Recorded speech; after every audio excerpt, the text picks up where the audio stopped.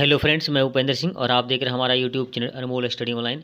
स्वागत है आप सबका एक नई वीडियो में। दोस्तों, हमारे क्लास 8 के प्रिय विद्यार्थियों, आप रटने का जो परंपरा है आप उसे छोड़ दीजिए और हर सवाल को समझने का प्रयास कीजिए। अगर आपको समझ में आ गई तो फिर आप किसी सवाल को रटने का जरूरत नहीं पड़ेगा और आप बहुत आसानी से सही जवाब दे पाएंगे। तो दोस्तों, आज हम आपके बीच लेकर के आए हैं साइंस से 8वां चैप्टर है। चैप्टर का नाम है किशोरावस्था की ओर। और यहाँ पे हम देखते हैं किशोरावस्था की ओर चैप्टर में कौन कौन से वेरी इंपॉर्टेंट क्वेश्चंस हैं, उन सभी को देखेंगे बारी बारी से और सभी क्वेश्चन का आंसर ट्रिक के माध्यम से आसानी से समझाने का मैं प्रयास करूँगा। तो बने रहिएगा पूरी वीडियो तक। और जो भी क्वेश्चंस के चार ऑप्शंस हैं आप उनको बारी बारी से आप पढ़िएगा और समझने का प्रयास कीजिएगा और सही जवाब देने का कोशिश कीजिएगा। और अंत में बताइएगा कि आपके कुल सवाल में से कितने सवालों के जवाब सही हुए। तो ठीक है दोस्तों, शुरू करते हैं। आज का पहला क्वेश्चन देख लेते हैं क्या है। फर्स्ट क्वेश्चन है किशोरावस्था की उम्र है। ऑप्शन देख लेते हैं। तो यहाँ ऑप्शन है 0 से 6 वर्ष, दूसरा है 6 से 10 वर्ष, तीसरा है 11 से 19 वर्ष और चौथा इनमें से कोई नहीं। दोस्तों, ऑप्शन तो आप देख लिए, लेकिन इसके पहले मैं कुछ बताना चाहता हूँ, आप उसे भी देख लीजिए। दोस्तों, आप यहाँ पे देखिए 0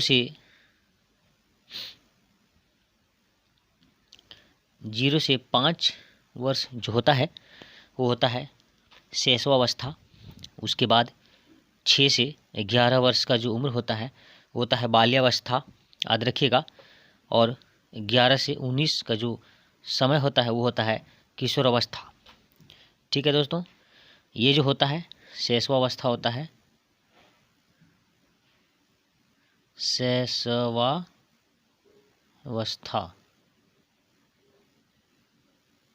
शैशवावस्था।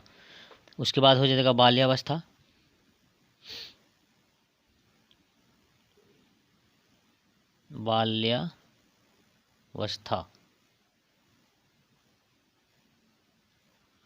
और उसके बाद हो जाएगा किशोरावस्था।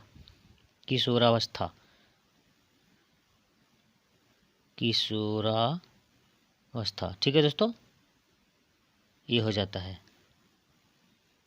ठीक है, तो अभी हम आपको यहाँ पे सवाल पूछा था। सवाल ये पूछा था कि किशोरावस्था की उम्र क्या है। किशोरावस्था की उम्र है, तो अभी हम आपको बताएं किशोरावस्था की उम्र कितना है। 11 से 19 वर्ष। तो 11 से 19 वर्ष कहाँ पे है, आइए देखते हैं। पहला 0 से 6, दूसरा 6 से 10, तीसरा नंबर में 11 से 19 है दोस्तों। तो यहाँ पे सही जवाब होगा 11 से 19 वर्ष। ठीक है, आगे बढ़ते अगले सवाल की ओर। सेकंड क्वेश्चन दोस्तों, कितने उम्र तक को शैशवावस्था कहा जाता है। अभी हम आपको बताएं 0 से 5 वर्ष को शैशवावस्था कहा जाता है। 0 से 5 कहाँ पे, आइए देखते हैं। फर्स्ट है 0 से 4 वर्ष, दूसरा है 0 से 5 वर्ष, तीसरा है 0 से 6 वर्ष और चौथा 4 से 609 वर्ष। तो यहाँ पे सही जवाब दोस्तों आप देख पा रहे हैं, ऑप्शन नंबर दूसरा हो जाएगा। आगे बढ़ते हैं अगले सवाल की ओर।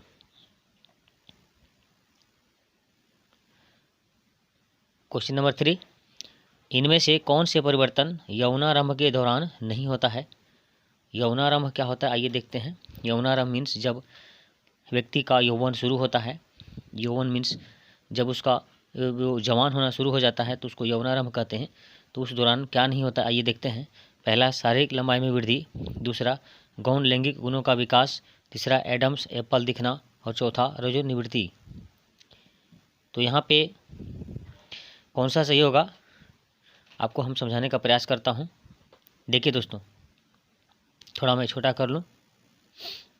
यहाँ देखिए यौनारंभ, ठीक है।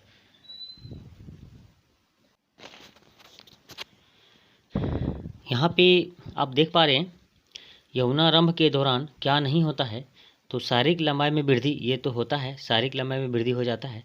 गौण लैंगिक गुणों का विकास, यहाँ पे देखिए गलत छपा हुआ है, लैंगिक होगा, लैंगिक लिख दिया हुआ है ना। तो यहाँ पे क्या हो जाएगा, लैंगिक होगा। ठीक है, तो गौण लैंगिक गुणों का विकास मीन्स ये होता है कि जो हमारे लैंगिक होते हैं, जो गुप्तांग होते हैं उनका विकास होता है यहाँ पे।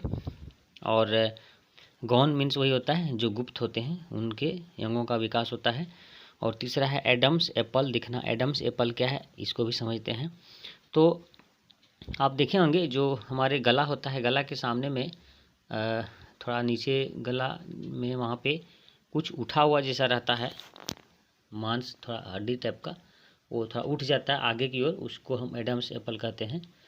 तो वो दिखता है और ये भी होता है। लेकिन दोस्तों ये जो है रजोनिवृत्ति ये यौनारंभ के दौरान नहीं होता है ना। ये आपका 40 का उम्र जब हो जाता है लोगों का, महिलाओं का, तब ये रजोनिवृत्ति का गुण आता है उसमें। ठीक है, आगे बढ़ते अगले सवाल की ओर। क्वेश्चन नंबर 4 देखिए, स्त्रियों में होने वाले मासिक स्राव की सामान्य अवधि क्या है। देखिए मासिक स्राव यानी जो माहवारी होती है महिलाओं में, तो उसका अवधि कितना होता है, सामान्य अवधि। पहला है 22 दिन, दूसरा है 14 दिन, तीसरा 35 दिन और चौथा 28 दिन। तो मतलब एवरेज तो 1 महीना कहा जाता है, लेकिन ये 28 दिन का होता है। तो यहाँ पे सही जवाब होगा 28 दिन। ठीक है, स्त्रियों में होने वाले मासिक स्राव की सामान्य अवधि जो होती है 28 दिन होती है। आप इसे याद रखिएगा और नोट कर लीजिएगा। आगे बढ़ते अगले सवाल की ओर। क्वेश्चन नंबर 5, क्वेश्चन नंबर 5 देखते हैं। क्वेश्चन नंबर 5, मनुष्य की कोशिका के केंद्रक में कितने जोड़े गुणसूत्र पाए जाते हैं। क्या कहता है, कोशिका, मनुष्य की जो कोशिका केंद्रक में कितने जोड़े गुणसूत्र पाए जाते हैं। कितने जोड़े पाए जाते हैं, पहला 22 जोड़ा, दूसरा 23 जोड़ा, तीसरा 24 जोड़ा और चौथा 25 जोड़ा। तो यहाँ पे सही जवाब हो जाएगा 23 जोड़ा। याद रखिएगा 46 होते हैं टोटल गुणसूत्र, 46 होते हैं। तो जोड़ा में होते हैं तो 23 दूना 46 हो जाएगा, 23 टू जा 46, तो आंसर हो जाएगा दूसरा नंबर। ठीक है, आगे बढ़ते अगले सवाल की ओर। क्वेश्चन नंबर 6 देखिए, 6 में क्या कहता है, निम्न में से कौन सा आहार किशोर के लिए सर्वोत्तम है। मीन्स किशोर मीन्स होता क्या होता है, किशोर जिसकी उम्र 11 साल या उससे अधिक हो जाती है और 18 साल लगभग होती है, 19 से कम होती है, उसको हम किशोर कहते हैं। और उसके लिए कौन सा भोजन जो है जो सबसे अच्छा रहता है। तो यहाँ पे हम देख पा रहे हैं, पहला है चिप्स, नूडल्स, कोक, दूसरा रोटी दाल सब्जियाँ, तीसरा चावल, नूडल्स, बर्गर, चौथा शाकाहारी टिक्की, चिप्स तथा लेमन पेय। ये सब याद रखिएगा। तो यहाँ पे जो सही जवाब होगा दोस्तों वो हो जाएगा आपका ऑप्शन नंबर 2, रोटी दाल और सब्जी। इससे और अच्छा कोई आहार हो ही नहीं सकता है ना। जैसे कि आप देखिए चिप्स, ये नूडल्स, कोक, ये सब क्या है, ये सब आहार है लेकिन सही आहार नहीं, ये सब मतलब बेकार का चीज़ है ये सब। ठीक है, इससे जो है हमारा शारीरिक विकास नहीं हो पाएगा, मानसिक विकास, जो बौद्धिक विकास, किसी भी तरह का कोई विकास इससे होने वाला है नहीं। ये सब खाली मतलब बस ऐसे ही शौकिया है ना। तो आगे बढ़ते हैं अगले सवाल की ओर। 7 क्या कहता है, विरसन एवं अंडाशय द्वारा स्रावित हार्मोन कहलाता है। देखिए विरसन एवं अंडाशय द्वारा जो हार्मोन स्रावित होता है वो क्या कहलाता है। पहला थायरोक्सिन, दूसरा लैंगिक हार्मोन, तीसरा इंसुलिन और चौथा एड्रीनेलिन। यहाँ पे समझिए बात को। देखिए कहता है विरसन ये तो पुरुष का अंग है, अंडाशय ये महिला का अंग है, और दोनों के द्वारा जो स्रावित होता है हार्मोन उसको हम लैंगिक हार्मोन कहते हैं। क्या कहते हैं उसको, लैंगिक हार्मोन कहते हैं। आप याद रखिएगा इसे। आगे बढ़ते अगले सवाल की ओर। क्वेश्चन नंबर 8 देखिए आ गया ना। 8वां सवाल, लड़कों के गले में उभरा हुआ भाग क्या कहलाता है। देखिए अभी आपको बताए थे कि जो गले में जो उभरा हुआ भाग होता है, उठा हुआ भाग होता है यहाँ पे, तो उसको हम लोग बोलते हैं एडम्स एप्पल, या तो इसको हम कंठमणि भी कह सकते हैं, कंठमणि। तो यहाँ पे ऑप्शन नंबर 2 ही में दिख रहा है, एडम्स एप्पल या कंठमणि। तो आंसर यहाँ पे हो जाएगा दूसरा नंबर का। आगे बढ़ते अगले सवाल की ओर। देखिए 9वां नंबर कहता है, यौनावस्था प्रारंभ के साथ ही पुरुष हार्मोन स्रावित होता है, उसे क्या कहते हैं। देखिए यहाँ पे कह रहा है पुरुष हार्मोन स्रावित होता है। पुरुष मतलब पुरुषों में जो हार्मोन स्रावित होता है, पुरुषों में जो हार्मोन स्रावित होता है उसको क्या कहेंगे। तो पहला है टेस्टोस्टेरोन, दूसरा एस्ट्रोजन, तीसरा एड्रीनेलिन और चौथा इनमें से कोई नहीं। ठीक, तो याद रखिएगा पुरुष हार्मोन जो स्रावित होता है उसको कहते हैं टेस्टोस्टेरोन। ठीक है, आगे बढ़ते अगले सवाल की ओर। तो यहाँ पे सही जवाब क्या होगा दोस्तों, 1 नंबर का। आगे बढ़ते हैं।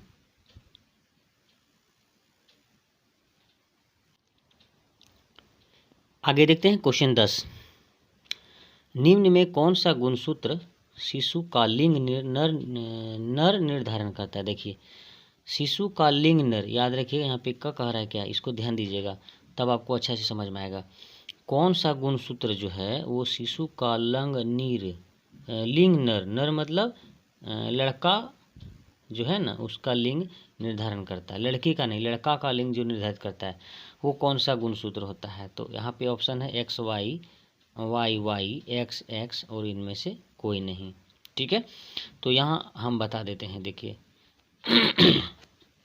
देखिए यदि ये आपका मान लीजिए महिला का मान लीजिए X है, ठीक है, महिला में XX होता है और पुरुष में X और Y होता है। ठीक है, तो यहाँ पे आप देख पा रहे हैं इसमें XY होता है, यहाँ पे XX होता है। दोनों का जब संयोग होता है और यहाँ पे देखिए आपका X और X यदि आप पे आके मिल गया, ठीक है, इस यहाँ पे तो XY दोनों है, यहाँ पे XX है, तो यहाँ पे X इसका और इसका X दोनों आके मिल गया तो यहाँ पे लड़की का जन्म होगा, मीन्स बच्ची का जन्म होगा। ठीक है, और उसी तरह से यदि यहाँ पे मान लीजिए यहाँ पे आपका इसका X और इसका Y यदि आ गया, ठीक, इसका Y और इसका X इसका संयोजन जब होगा आपका लैंगिक हार्मोन का, अभी हम आपको बताए थे। ठीक है, तो यदि ये वाला जो है महिला का X और पुरुष का Y यदि यहाँ पे आएगा संयोजन के फलस्वरूप तो वो आपका लड़का होगा, यानी कि बच्चा का जन्म होगा। ठीक है, आप इसे याद रखिएगा। तो यहाँ क्या कह रहा था, देखिए यहाँ कह रहा था कि शिशु का लिंग नर निर्धारण, नर मतलब लड़का का, तो क्या होगा यहाँ पे, अभी आपको क्या बताया XY, तो यहाँ पे 1 नंबर का सही जवाब हो जाएगा। ठीक है, आगे देखते हैं क्वेश्चन में 11। देखिए 11 नंबर देखते हैं। निम्न में कौन नर हार्मोन है। देखिए नर हार्मोन मतलब अभी क्या बताएं, जो पुरुषों में होने वाला हार्मोन, तो एस्ट्रोजन ये नहीं होगा, टेस्टोस्टेरोन, पीयूष ग्रंथि, इनमें से कोई नहीं। तो यहाँ पे सही जवाब क्या होगा, इसके पहले वाले सवाल में क्या आया था, वही आया था ना, ये वाला टेस्टोस्टेरोन पुरुषों में पाया जाने वाला हार्मोन वहाँ पूछा था, और यहाँ पे पूछा कौन नर हार्मोन है, एक ही चीज़ है। ठीक है, तो टेस्टोस्टेरोन होगा। अब महिलाओं में कौन सा हार्मोन होता है, आइए इसको भी देख लेते हैं। अगला क्वेश्चन है निम्न में कौन मादा हार्मोन है, मीन्स महिलाओं में कौन सा हार्मोन होता है। तो यहाँ पे देखते हैं, देखिए क्या है, तो यहाँ पहला एस्ट्रोजन, दूसरा है टेस्टोस्टेरोन, ये तो पुरुष में होता है, पीयूष ग्रंथि और TSH। तो यहाँ पे सही जवाब हो जाएगा आपका, याद रखिएगा 1 नंबर एस्ट्रोजन।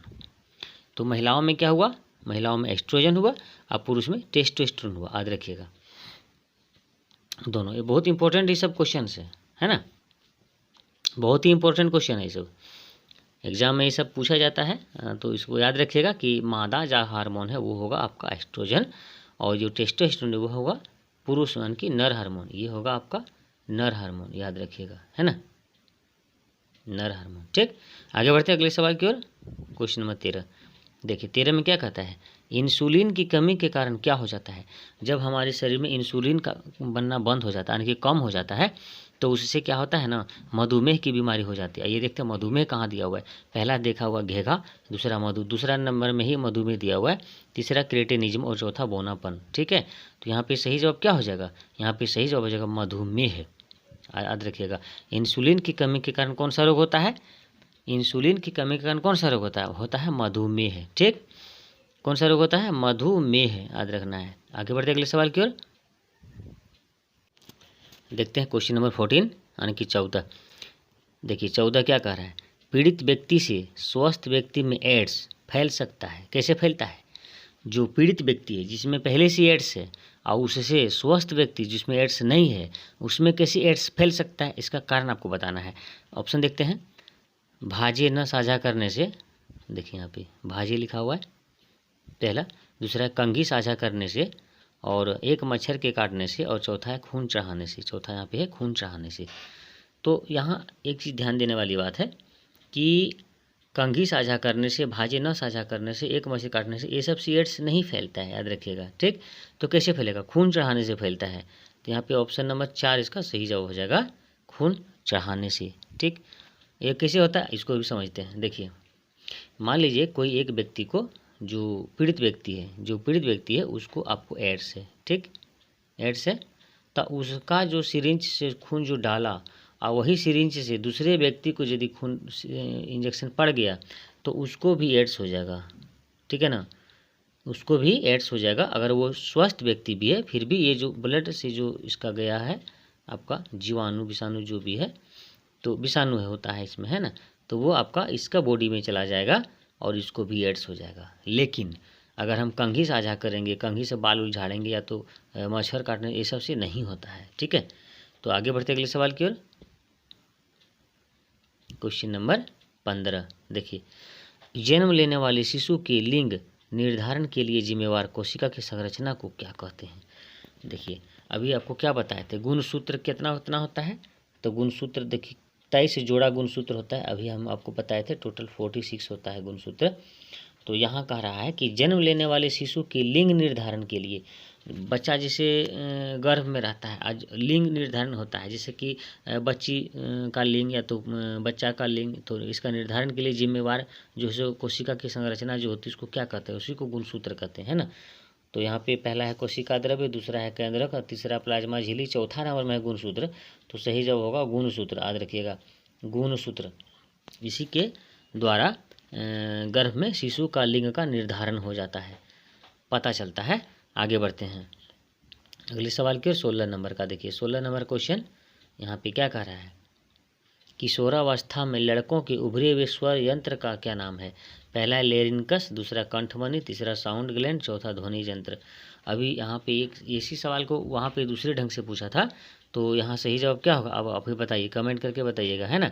तो इसका हम जवाब नहीं देते हैं, आप अपने बता दीजिएगा कमेंट में कि 16 नंबर का सही जवाब क्या होगा, 1 होगा कि 2 होगा कि 3 होगा कि 4 होगा। ठीक है, आगे बढ़ते अगले सवाल की ओर। तो दोस्तों आज इतना ही सवाल था और 16 नंबर का जो सवाल है उसका जवाब आप कमेंट में दीजिएगा, है ना। तो दोस्तों वीडियो कैसा लगा आप कमेंट में बताइएगा, और वीडियो अगर अच्छा लगा हो तो वीडियो को लाइक कर दीजिएगा, अधिक से अधिक लोगों में शेयर कर दीजिएगा, ताकि आपके साथ साथ आपके जो साथी लोग हैं उनको भी इस वीडियो का भरपूर फ़ायदा मिल सकेगा। और एक बात और, अभी तक हमारे यूट्यूब चैनल को सब्सक्राइब अगर नहीं कर पाए हैं तो इस तरह का जो भी एजुकेशनल वीडियोज़ है उसको पाने के लिए हमारे यूट्यूब चैनल को जल्द ही सब्सक्राइब करें और बेल आइकन को प्रेस कर लीजिएगा। तो ठीक है, मिलते हैं नेक्स्ट वीडियो में, तब तक के लिए जय हिंद, वंदे मातरम।